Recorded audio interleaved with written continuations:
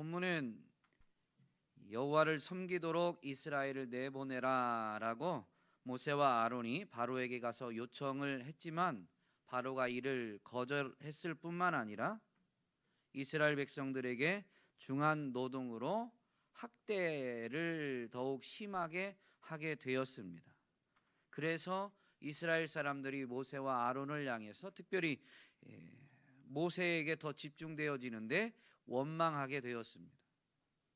그러자 모세가 보인 반응을 오늘 본문에서 보여주고 있고, 그러한 반응을 보이는 모세를 그럼에도 불구하고 붙드시는 하나님의 손길을 보여주고 있습니다. 오늘은 이 광야교회를 하나님이 세우실 때 모세를 통해서 세우시는데, 분명히 모세의 반응에도 불구하고 여전히 그를 붙드시는 하나님의 손길을 살펴봄으로 인해서 하나님이 어떻게 교회를 세워가시는가라는 것을 깊이 되새기기를 원합니다. 먼저 모세가 보인 반응을 보면 5장 22절 23절은 분명히 모세의 불평하는 목소리를 들을 수가 있습니다. 그러나 그 불평하는 목소리조차도 분명히 믿음이 담긴, 물론 온전한 믿음은 아니지만 분명히 믿음이 담겨져 있는 불평의 소리다라는 부분을 알 수가 있는데요. 불평이라는 것은 자신의 기대와 현실의 차이에서 오게 됩니다.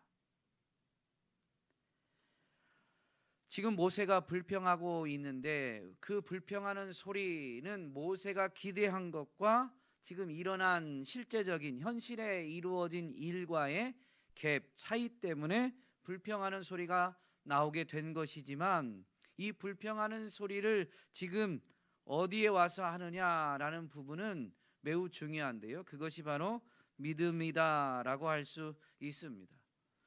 5장 22절에 보면 이렇게 기록하고 있죠. 모세가 여호와께 돌아와서, 불평하는 소리를 여호와께 와서 합니다. 분명히 온전한 믿음이었다면, 하나님을 온전히 전적으로 신뢰했다면 여기에서도 하나님은 합력하여 선을 이루신다라는 것을 분명히 바라볼 수가 있었을 것입니다. 그러나 그것을 온전히 바라보지 못했기 때문에, 즉 온전한 믿음으로 하나님을 신뢰하지 못했기 때문에 분명히 불평하는 소리가 나오게 되었지만, 그 불평하는 마음을 가지고 여호와께 돌아와서 여호와 앞에 그 마음을 쏟아 놓았다라는 것은 분명히 믿음에 의한 것이다라는 것이죠. 이 온전하진 않을지라도 믿음에 의한 이 행동 때문에 모세는 하나님의 붙드시는 은혜, 그래서 끝까지 하나님이 빚으시는 그 은혜를 누리게 되고, 그 은혜로 말미암아 모세는 하나님이 쓰시기에 합당한 사람, 그래서 하나님께 쓰임 받아서 광야 교회를 세우는 사람, 교회를 일으키는 사람이 된 것입니다. 모세의 반응 중에 불평하는 모습이 있는데요, 분명히 자신의 기대와 현실의 차이 때문에 불평하게 되었다라고 말씀을 드렸는데, 하나님의 뜻에 순종하는 모세가 갖는 기대는 무엇일까요? 여러분은 하나님이 뜻을 가르쳐 주시고, 그래서 그 하나님의 뜻, 오늘 내게 가르쳐 주신 그 하나님의 뜻에 순종하게 된다면 여러분은 하나님을 향해서 무엇을 기대하십니까?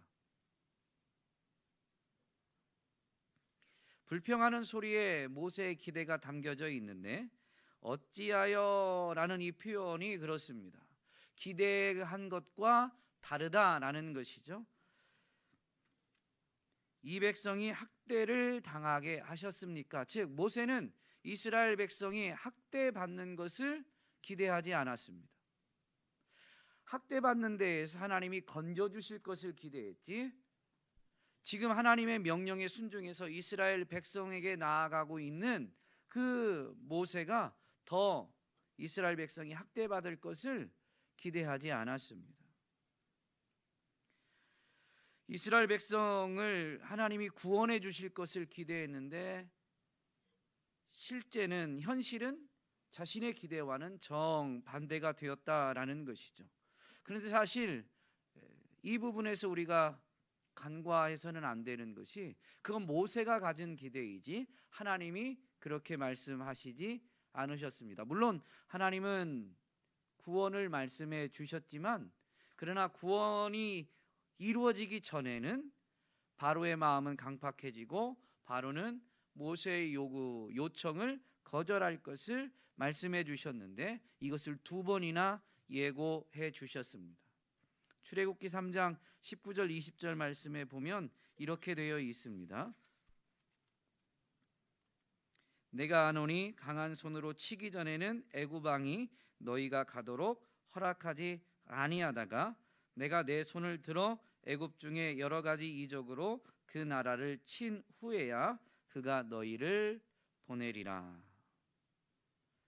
그러니 지금 처음 만남에서 이 하나님의 백성 이스라엘을 보내서 하나님을 섬기게 하라라고 요청할 때 바로는 즉시로 허락하지 않을 것입니다.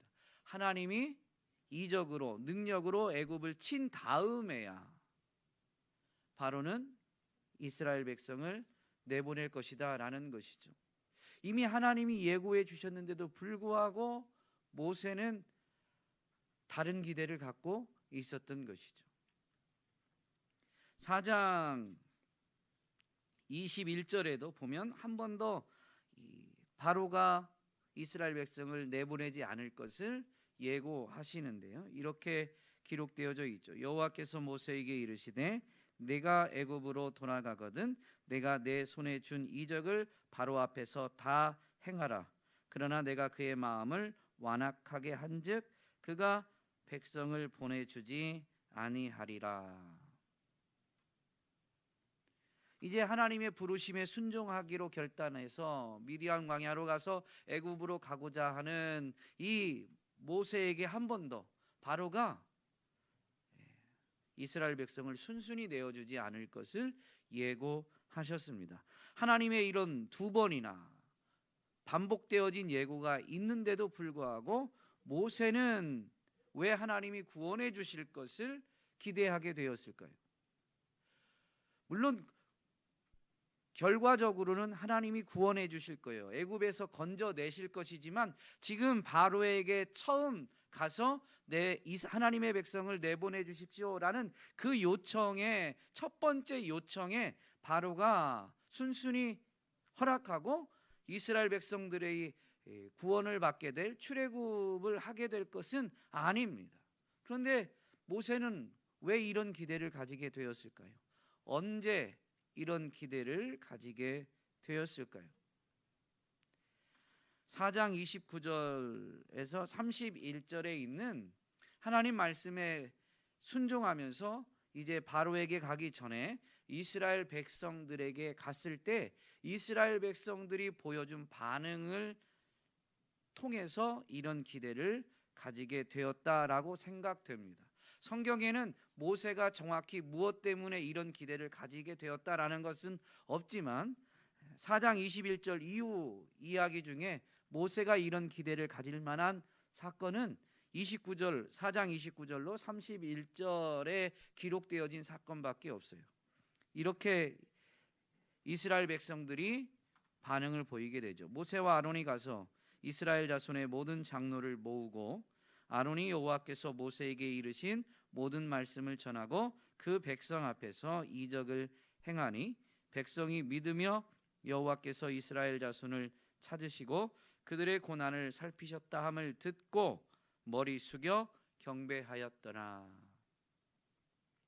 그들이 모세에게 이르신 모든 말씀을 전했을 때 백성이 믿으며 그리고 믿음으로 인해서 이제 그들은 머리 숙여 여호와께 경배하였다라고 분명히 기록하고 있습니다. 백성들의 그 반응을 보니 모세는 이제 이들이 나를 따르게 되면 정말로 하나님이 나를 통해서 출애굽의 역사를 이루시겠다라고 기대하게 된 것입니다.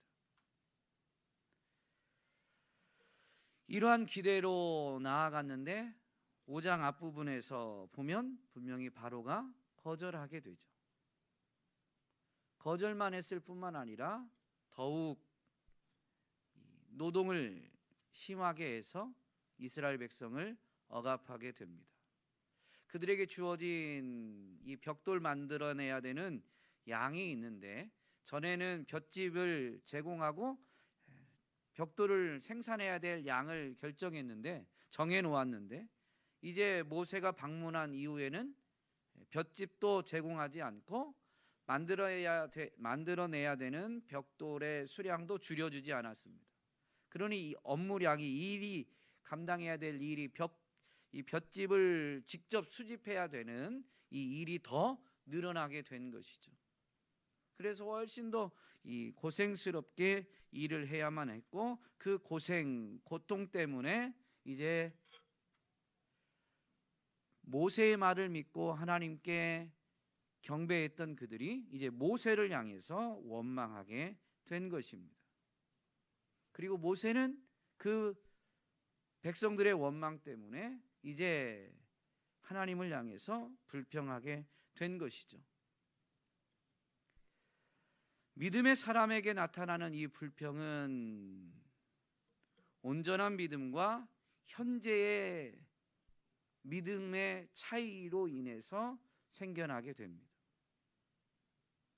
온전한 믿음은 전적으로 하나님을 신뢰하는 믿음인데, 하나님을 신뢰하는 믿음으로 나아가다가도 연약한 우리들은 자꾸 다른 것의 시선을 순간순간 빼앗기게 되는 거죠. 그런데 그 빼앗겼던 그 시선으로 인해서 그때부터 의심이, 불안이, 염려가, 그리고 더 나아가서 불평이 들어오게 됩니다. 주님을 향한 시선을 빨리 회복하지 않으면 않을수록 의심과 염려와 불안과 불평은 더 쌓여지게 되고, 그것은 연약한 인생으로 하여금 두려움에 짓눌리게 만드는 것입니다. 그러므로 온전한 믿음과 현재의 믿음, 현재의 영성의 차이로 인한 것이 불평인데, 그 차이는 불신앙인 거죠. 온전한 믿음은 아니니까. 불신앙에 휩쓸리게 되면, 불신앙에 의해서 의심하고 염려하고 불평하게 되어지면, 그 의심, 염려, 불평에 사로잡힌 만큼 믿음의 사람들은 사명감과 주님 향한 열정이 식어지게 되어 있습니다.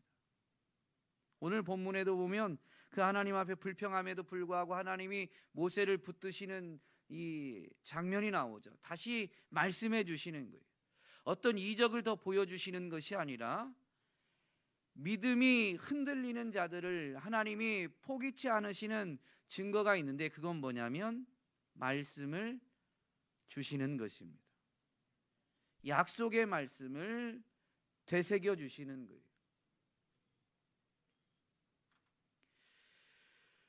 하나님이 약속의 말씀을 주시는 것은 바로 이 믿음 약함, 믿음 없음을 회복시켜 주는 것이죠. 로마서에서 보면 분명히 믿음이 언제 생기는지를 우리에게 가르쳐 주는데, 믿음은 들음에서 나오는데 아무거나 듣는 게 아니라 그리스도의 말씀을 들을 때 믿음이 생긴다라는 것은 분명히 가르쳐 줍니다.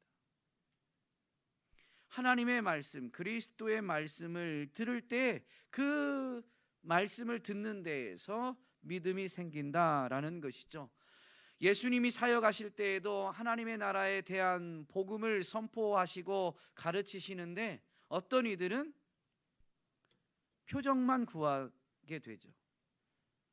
말씀을 들으려고 하지 않고 표적만 구하니까 예수님이 표적만 구하는 그들을 향해서 뭐라고 책망하십니까?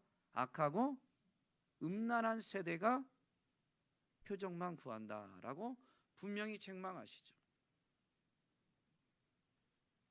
표적은 시선을 끌고 관심을 끌어서 주목하게 만들어 줄 수 있습니다. 그 이적을 행한 사람을 더욱 바라볼 수 있게 만들지, 표적 자체가 온전한 믿음이 생기게 만들어 주지는 않는다라는 것이죠. 물론 말씀과 표적이 함께 일하면 표적으로 인해서 믿음이 강화되긴 하지만, 표적만 맛보면 사실은 표적으로 인해서 내가 받는 유익에 휩쓸리기가 너무 쉽습니다. 전에 사역하던 교회에서도 이 알파 코스, 이제는 보수교단에서는 이단적인 성향이 있다, 그래서 뭐 주의를 주고 있는데, 어쨌든 처음에 한국 교계에 이 알파 코스가 소개되고 들어왔을 때에는 이런 표현을 해도 괜찮을지 모르겠어요. 열풍을 일으켰습니다. 사람들이 혹할 만한 표적들이 나타났거든요. 뭐 치유의 표적, 또 치과 치료하면 아말감으로 이를 때우게 되잖아요. 아말감이 뭔지는 아시죠? 저도 뭐 성분이 뭔지 이런 건 모르지만 어쨌든 이빨 때우는 그런 것입니다. 근데 그게 금으로 바뀌게 돼요. 신기하죠? 예수 이름으로 기도하고 명령하고 선포해서요, 정말로 이빨이, 이 안에가 그 아말감, 오래되면 이게 조금 검은 건 아닌데 이제 약간 때가 탄 짙은 회색처럼 돼요, 오래되면 아말감이. 근데 그게 번쩍번쩍 금으로 바뀌게 됩니다. 육안으로 확인이 돼요. 예수 이름으로 엄청난, 뭐라고 해야 될까요? 물질의 성분이 달라지는 이 엄청난 이적이 나타났어요. 그러면 그 이적을 체험한 사람은 그 다음부터 얼마나 더 신앙이 좋아질까? 두 가지 생각이 목회자인 저한테 들었습니다. 그 생각이 하나 있고, 저거 내다 팔면 돈이 좀 되겠는데, 이런 생각도 들었어요. 어쨌든 그런 이적을 체험한 사람이라면 이제 신앙생활이 달라지겠구나. 한 3일에서 일주일 간 것 같아요. 너무 신기해서 막 펄쩍펄쩍 뛰고 기뻐하고 즐거워하면서 주의 이름으로 일어난 놀라운 일에 대해서 말했습니다. 그런데 일주일, 정확히 일주일이라는 시간을 딱 통과하자마자는 아니지만 그냥 대략 일주일 정도 지나니까 언제 주님이 내게 놀라운 일을 행했는지 뒤로 한 채, 왜 다시 내 삶에 주님이 행하시는 놀라운 일들은 더 이상 나타나지 않는지에 대해서 오히려 더 불평하고 신앙이 더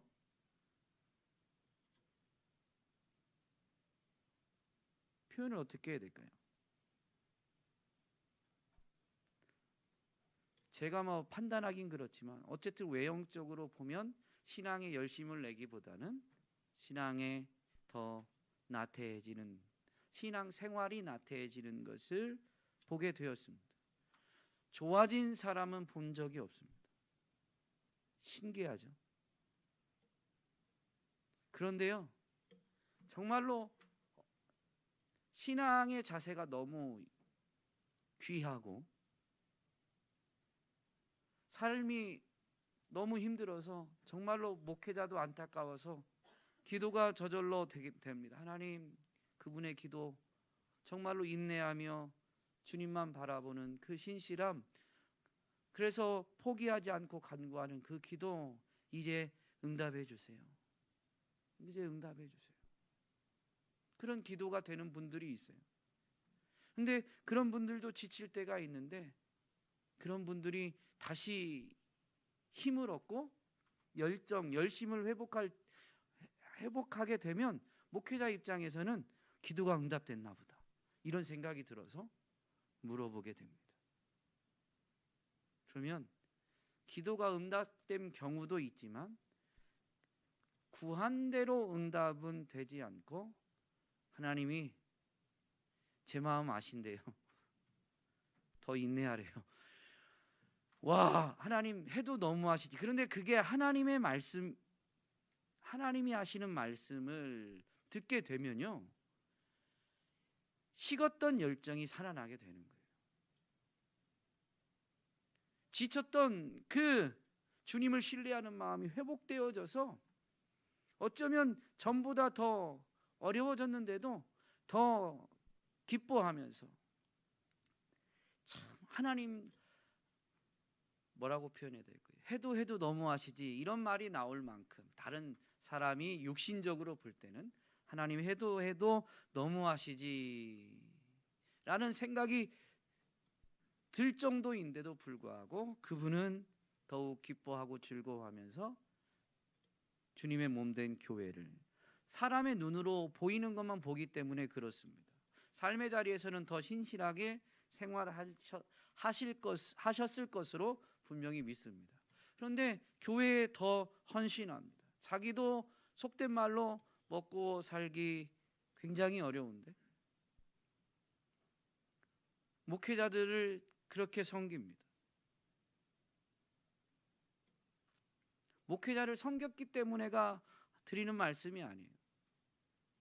저도 그 사랑을 받아 보기도 했고 제가 받은 것보다 교회에게 예물을 헌금하고 교회에 봉사하고 하는 건 제가 받은 것보다 훨씬 더 크다라는 걸 알기 때문에 놀라게 되죠.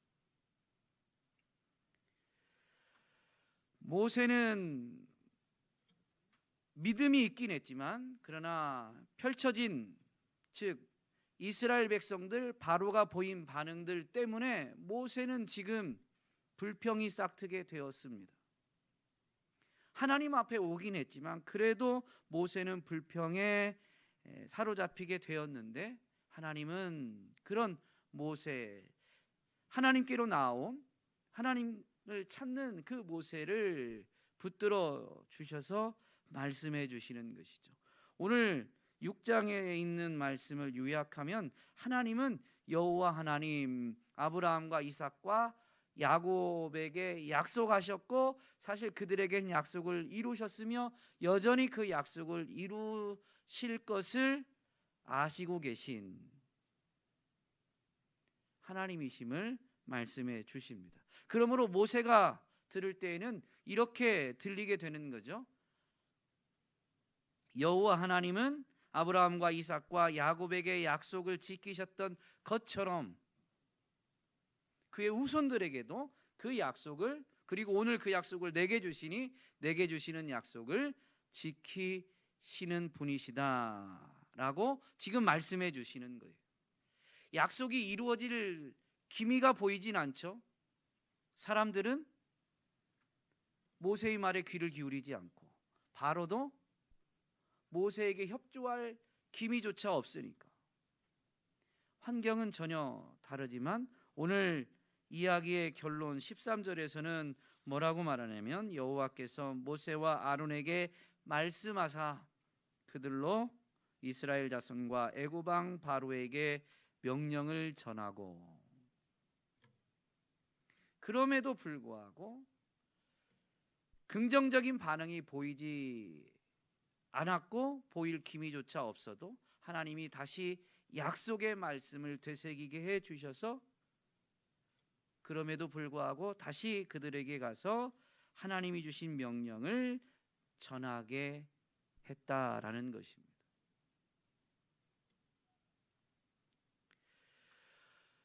하나님을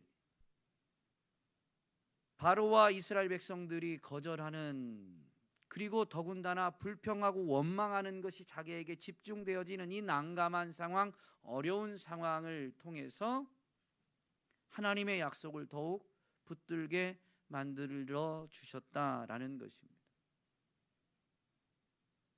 모세 입장에서는 단번에 이루어지지 않은 것이 어쩌면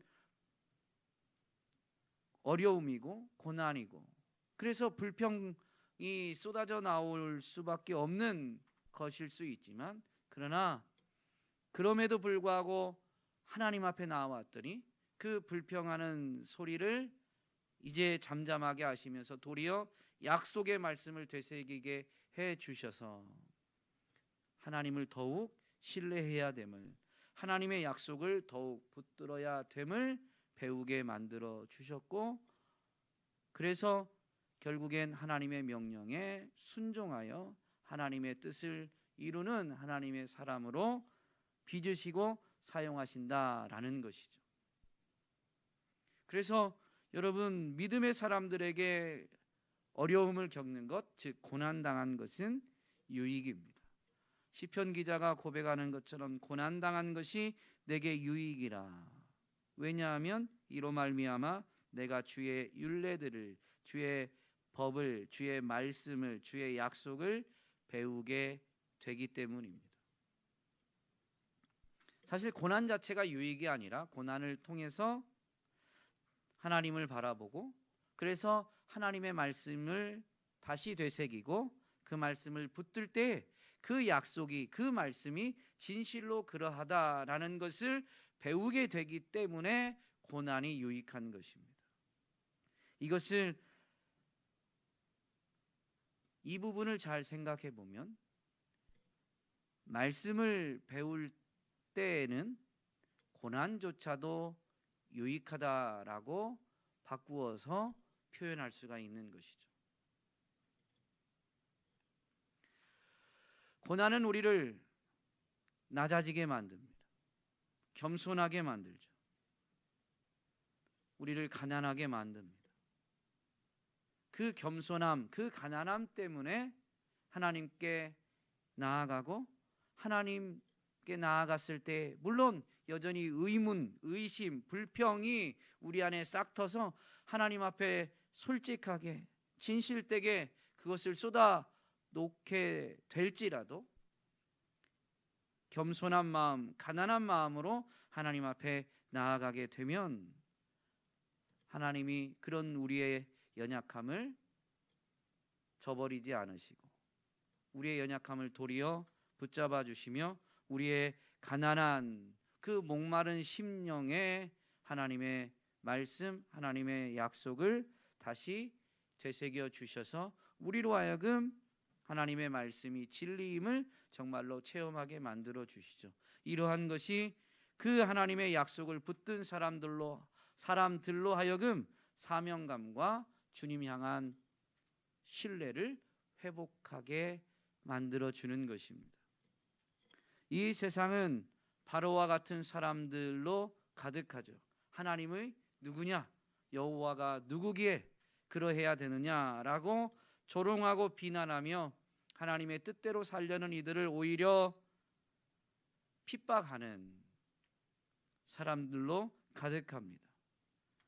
바로와 같은 사람들로 가득한 세상에서 모세와 같은 삶을 산다는 것, 하나님의 부르심에 순종하고 의문과 염려, 불평이 싹듦에도 불구하고 다시 하나님께로 돌아가는, 하나님을 찾고 하나님께 나아가서 하나님께 부르짖는 사람들은 하나님의 때, 하나님의 뜻이 이루어질 때까지는 어려움을, 고난을 겪게 되기도 합니다. 그러나 한 가지 분명한 것은 하나님은 바로 그런 모세와 같은 사람, 완전한 믿음, 온전한 믿음이 아닐지라도 정말로 하나님을 찾고 하나님을 의지하는 그 사람을 붙드시고 더욱 온전하게 빚으셔서 하나님이 그 사람을 사용하셔서 바로 모세를 사용하여 광야교회를 세운 것처럼 그러한 사람을 사용하셔서 교회를 세우시고 교회를 일으키신다라는 것입니다. 그러므로 오늘 우리는 바로와 같은 사람들로 가득한 세상에서의 삶, 오직 편안하고 안락한 삶만을 소망하는 것이 아니라 모세처럼 하나님을 찾고 하나님의 말씀에 귀를 기울이고 하나님이 주신 약속의 말씀을 붙들므로 순종의 삶을 살아가는, 물론 일시적으로는 손해와 불편과 어려움과 고난을 당할지라도 하나님을 의지함으로 인해서 끝까지 사명을 따라 살아가는 삶을 살아낼 수 있기를 주님의 이름으로 축복합니다. 그렇다면 세상적인 성공으로 자랑거리 많은 삶은 살지 못하겠지만 사명을 따라 하나님의 도우심과 하나님의 능력을 체험하게 되어서 간증거리가 많은 삶을 살게 될 것입니다. 오늘 저와 여러분이 갈수록 간증거리가 많게 되기를 또한 주님의 이름으로 축복합니다.